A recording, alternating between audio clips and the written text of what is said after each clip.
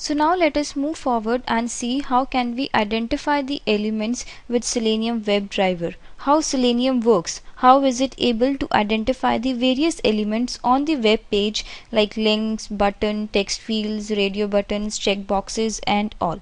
Well, the answer to that is very simple. Selenium works on the page source. In the page source, say for example, if you go to any website and you go to the page source of that website. Hold on, let the page load. And then if I go to the page source of this website, now in the page source you have got various tags and attributes. Now what is this page source? Page source is the HTML document of the website.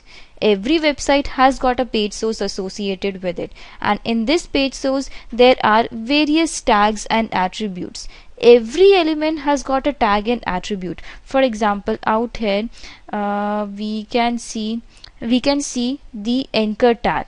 Anchor tag, we all know that it represents a link on the web page, right? And to this anchor tag we have the href attribute, rel attribute, then page attribute and target attribute.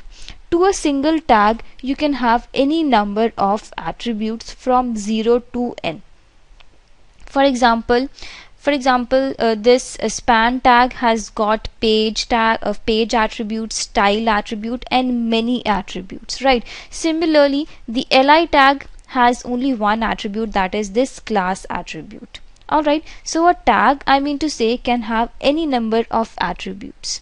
Okay, now so based on these tags and attributes only, we would be identifying the elements on the web page on the different browsers. Alright, so let's just see. So based on these tags and attributes, let's just make a matrix. Okay, so what I'll do is, let me just create a new Excel file,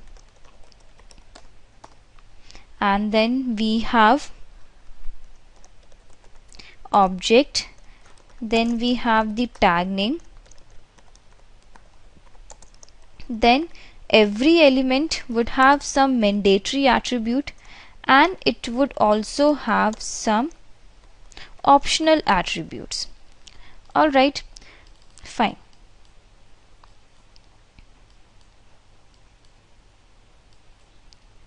Now what all different type of objects can we see on the web page? For example, the different type of objects, it can be your button, then you have your text field, then we have the radio button on the web page, we have the checkbox on the web page, then you have the links on the web page, right? Then also we can have image, then we have a static text on the web page. These are some of the objects that we can see on any web page, the common elements on the web page. And apart from this, we also have some other elements, like you have the web table, you have the frames, you have the pop-up, right, and the alert boxes and many more elements we have. Right now we're just talking about the common elements that would be present on any web page. Alright, and so such elements, what tag name would be having for each and every element that we can see on the web page. For example, a button, say if you go to any website, if I go to gmail.com, right, and then out here if you try to inspect the element, now how will you identifying the element on the web page? Like for different browsers we have, now say suppose right now we are on the Chrome browser and I want to investigate this text field, right? So how will I be investigating it? For the Chrome browser, we have the Chrome Inspector, with the help of which we will be identifying the elements on the web page. So you right click on the element that you want to inspect and you select inspect. That would be simply opening up the Chrome Inspector window. Okay, so either or else you can even hit F12 key from the keyboard. that would also open up the inspector window. Alright, so now I have this selection arrow. You simply click on this selection arrow and hover your mouse on the element that you want to inspect. So suppose you want to inspect this email, this text field, so it simply will give you the page source of that very particular text field whose page source you want to detect. Okay, so it says that it is an input tag with some attributes, type, class, JS name, right, and many attributes associated with this very particular text field. So I can simply say that a text field always have the tag name as the input tag. So for the text field we have the tag name as your input tag. Similarly, if you inspect your button, say this next is your button, right, if you carefully inspect your button, then this button, actually button also is present under the is always having the input tag only, right. Hold on, let me just inspect it. Okay, right now it is present under the div tag, right. Hold on. Yeah, it is actually present under the div. We have this content, like this is your content tag, under which you have your span tag, wherein you have your next button, right. But buttons always are present, like buttons always have the tag name as the input tag only. I'll just show you an example. Like this Gmail website has changed a bit, right.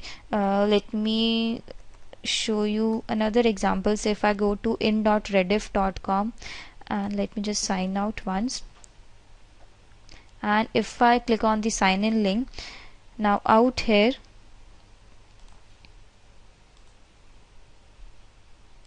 hold on, and I click on the sign in link. Now if I say want to investigate this go button, right, I right click, hit inspect, and then now you see that this go button is actually having the input tag, right. So I told you a button will always have the input tag only, but since this Gmail website has changed a bit, so the page source has changed. For the buttons we will always have the input tag. Alright, similarly now the radio buttons. Well, the radio buttons, for the radio buttons, okay, I don't have any example on this Gmail website and neither on this Rediff. So radio button will also have the tag name as the input tag. Similarly, the checkbox, if you see your website, for the checkbox, okay, right now right here we have this checkbox. So you see that a checkbox also has the input tag associated with it. So a checkbox will also have the input tag.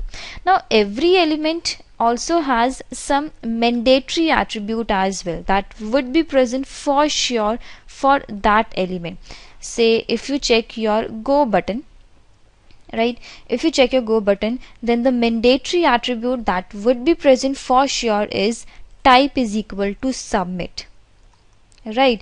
So I can say that for the button the mandatory attribute is type is equal to submit, or else sometimes on the web page you might also see type is equal to button as well for any button on the web page. Okay, so the mandatory attribute is type, whose value would be equal to submit, or it would be equal to button in some cases. Similarly for the text field, if I investigate my text field, then for the text field you will always have type is equal to password, like type is equal to email or password, okay, or else type is equal to text. Similarly, if you investigate your email field, then out here you see that we have type is equal to email, right. So for the login scenario, for the username and the password field, we will always have type is equal to email and type is equal to password for the password field, or else for the normal text fields you will always have the mandatory attribute as type is equal to text, right. Or else sometimes, like as we have already seen, we can also have type is equal to email in some cases for the email field, or type is equal to password for some cases if it is your password field, like we have seen in the Rediff scenario, right. For the Rediff you see this password field is having the type is equal to password, right? So like the most common being type is equal to text for most of the cases for any text field on the web page. Okay, then coming to the radio button, well, for the radio button we will have type is equal to radio as the mandatory attribute, right? And similarly for the checkbox, if you check your checkbox, then the checkbox will have the mandatory attribute as type is equal to checkbox. Okay, so for the checkbox I have the mandatory attribute as type is equal to checkbox. Right, now coming towards the next element, that is your links. Well, for the link, the tag name associated for the link is your anchor tag. If you simply go to any website and you see, like say forgot password is a link, then you see that for the link we have the tag name as the anchor tag.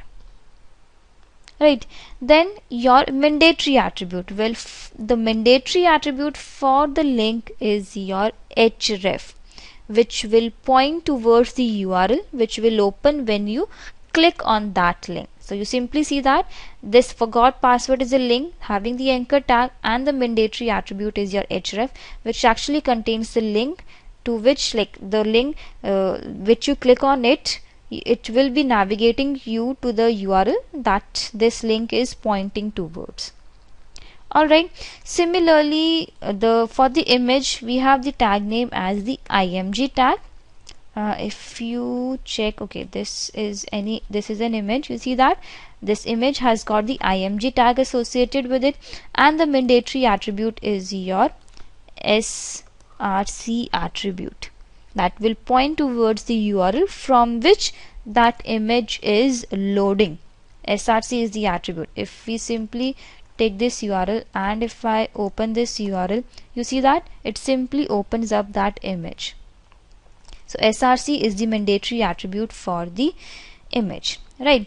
Then coming towards the text, any visible text on the web page, say for example, if you see for this Gmail, say I have this sign in text, I want to investigate this sign in text. So this text can be, it can have any tag.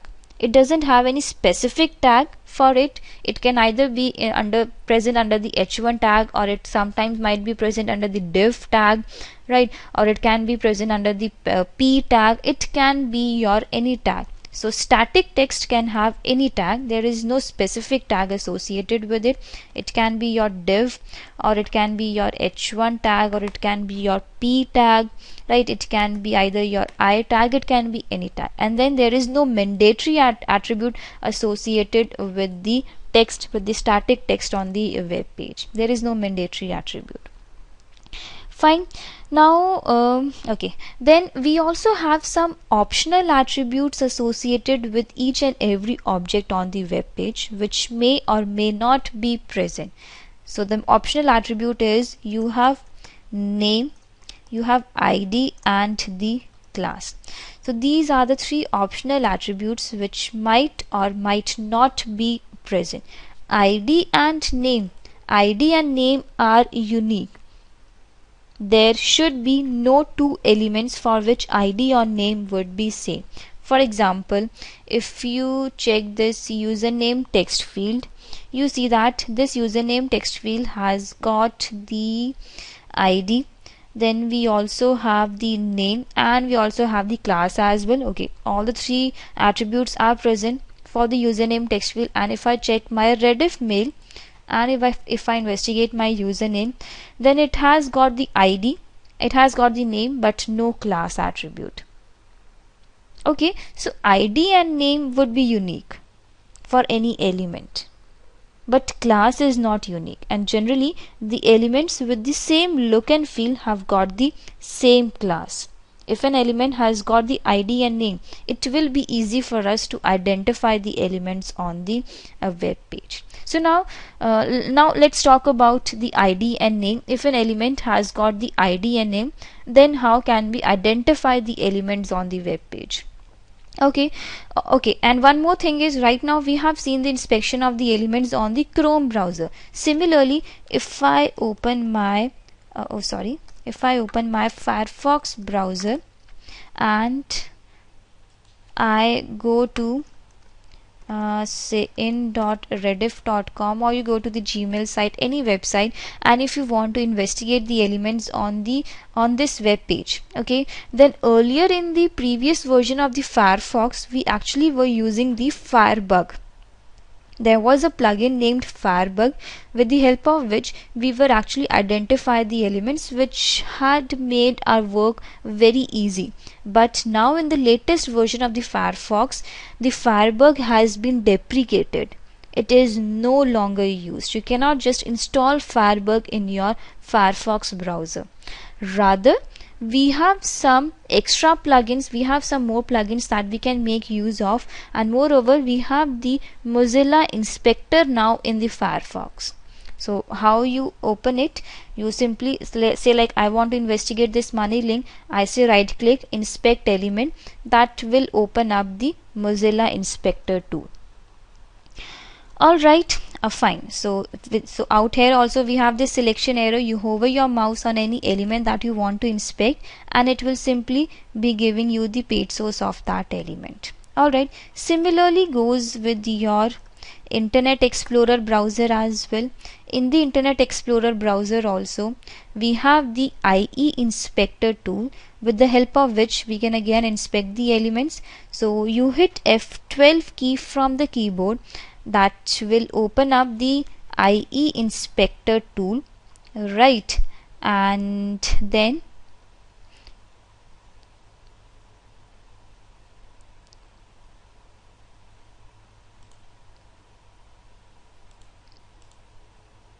okay, fine, and then we can just simply inspect the elements on the IE browser.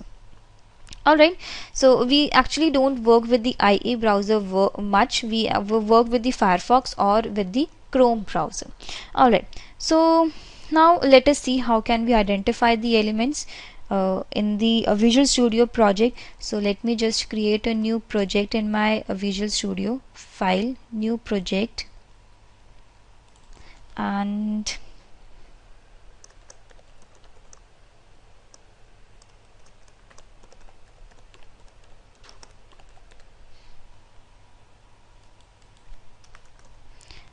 we'll just create a new project.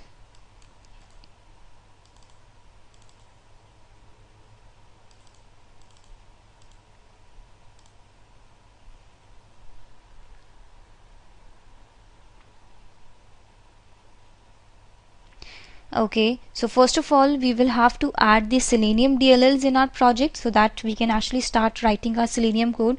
So I'll be adding it in my project. I right click on my project, add manage Nugget packages, and then we will browse for the Webdriver DLLs.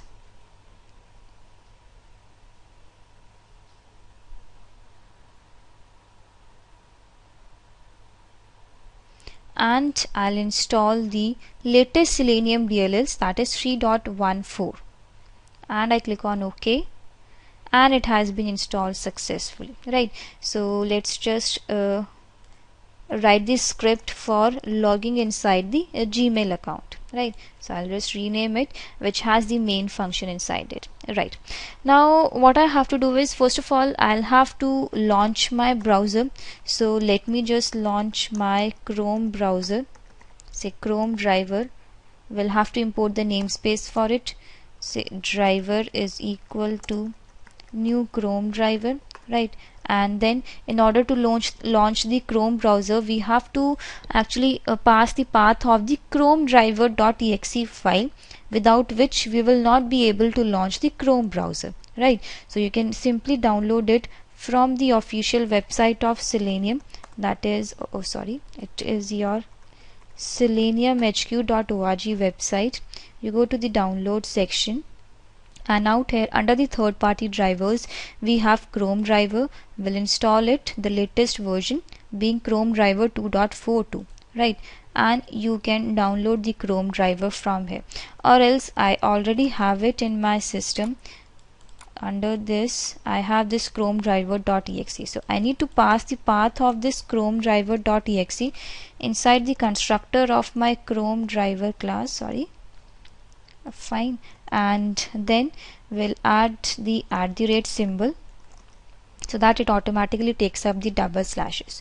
So you need to pass the path of the chromedriver.exe inside the constructor, or else another way is you can even set the path of this chrome.exe, this driver.exe, in the environment variable, so that every time you don't have to pass the path of the exe file every time in your chrome driver constructor. Right, you can even set it in the environment variable as well. Likewise, I have also set it. Let me just show you. You go to the properties, you go to the advanced system settings, environment variable, and then under the system variables you edit your path variable. Okay, and out here you see I have passed in the path of my exe files, where I have all the exe files stored in my system. Right, so then now there is no need to pass the path of the exe file inside the constructor. It would automatically be taking up from the environment variable. Let's just see. Okay, let me just show you. If I say run my code,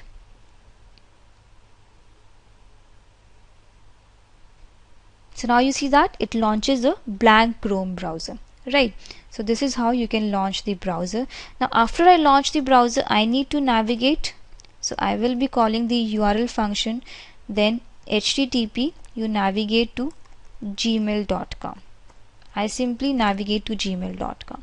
Now after I navigate to the site, I will have to enter the username and the password, and then click on the login button.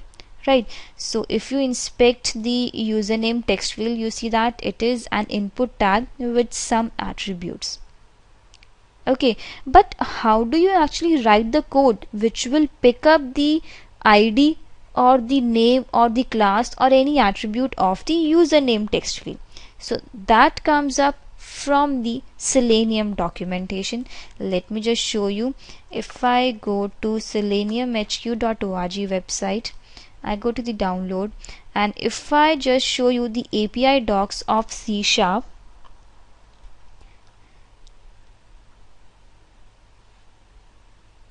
then out here we have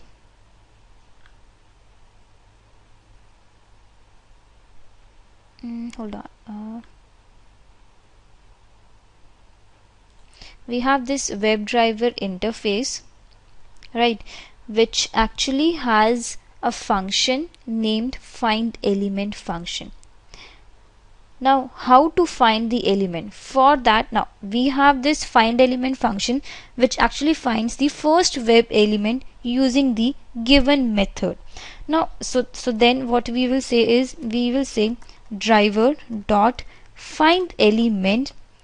Now find the element, but how to find the element? For that again we have a class called by class. So find element method, you see that inside the find element we have to pass the by class. Now by is again a class in Selenium with the help of which you can find the elements within the document. It has got various mechanisms to find the element: by class name, by CSS selector, by ID, link text, name, partial link text. But the most easiest way to identify the element is by ID and name. So for example, coming back to my Visual Studio script, I will say driver dot find me the element by which criteria? Okay, so for the by, we will have to import the namespace, that is using openqa.selenium.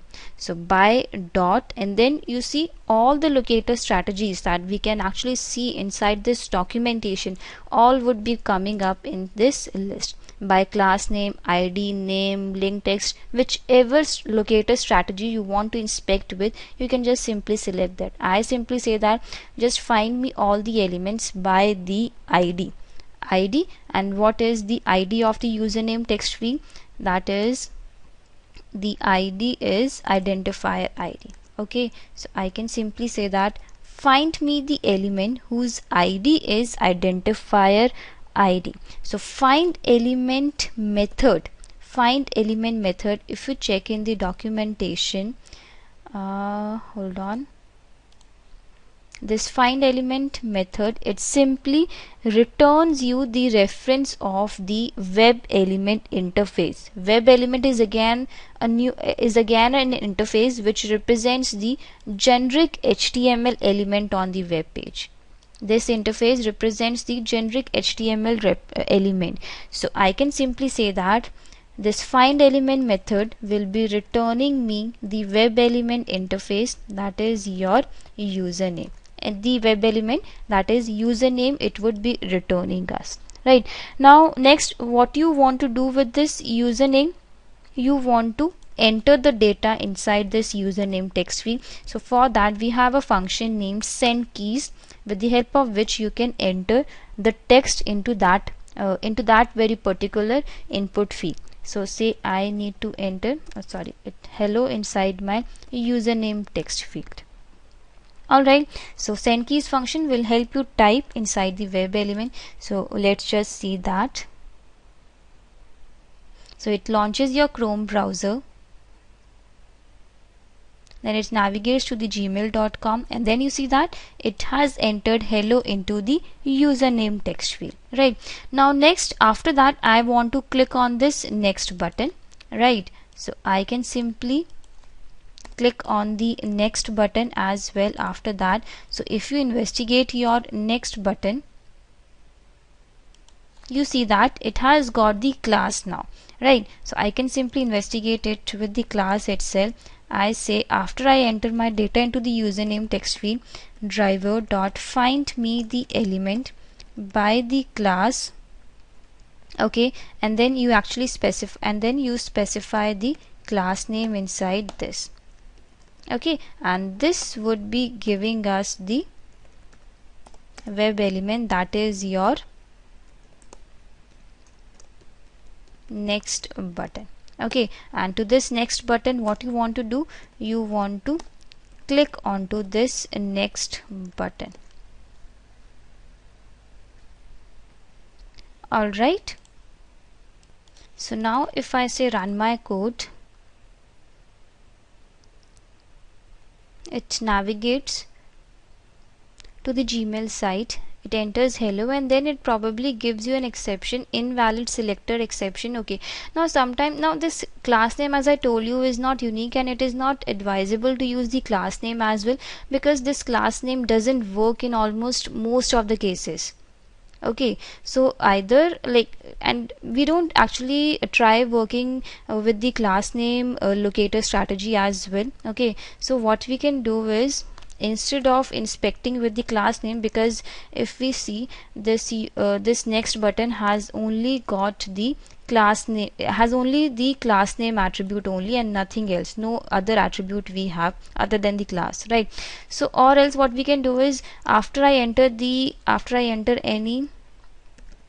value inside the username text field, then either I would be clicking on this next button, or else I can even click, or I can just simply hit the enter button from the keyboard as well.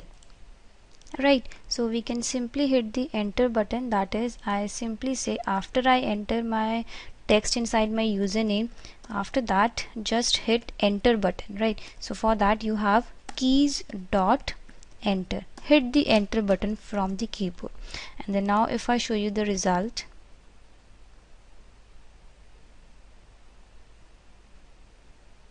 it launches the Chrome browser, goes to the gmail.com site, enters hello, right, and then it hits the enter button as well, since it was not a valid email ID, so it is on the same page.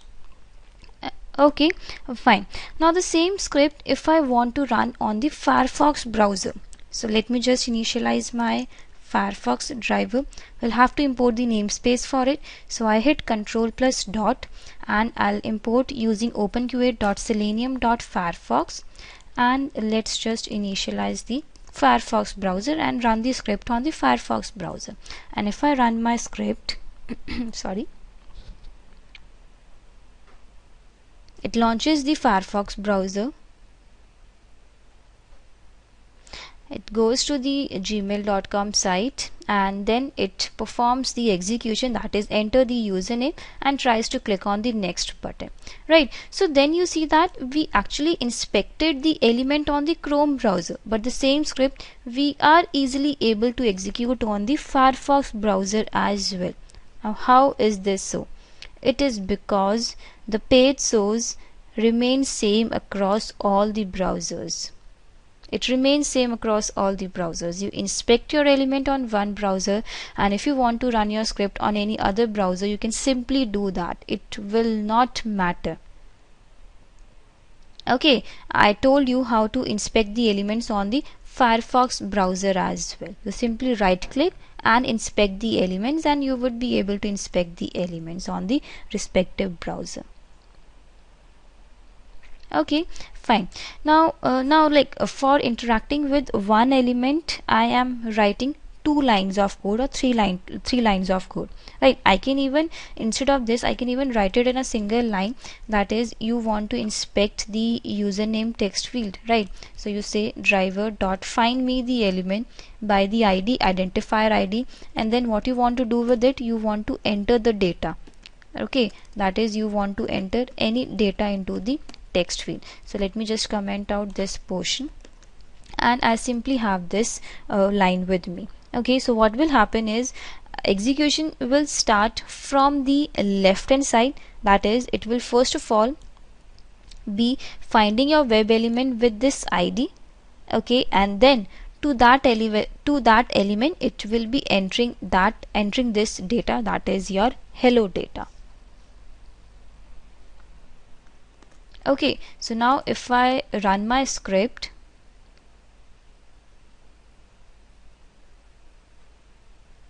the execution would still be the same, the output would still be the same, but now we are trying to minimize the lines of code. You see that the same operation is being done. It enters the hello text inside your username text field, but then it doesn't enter the it doesn't tries to click on the enter button, because we haven't written the code for it.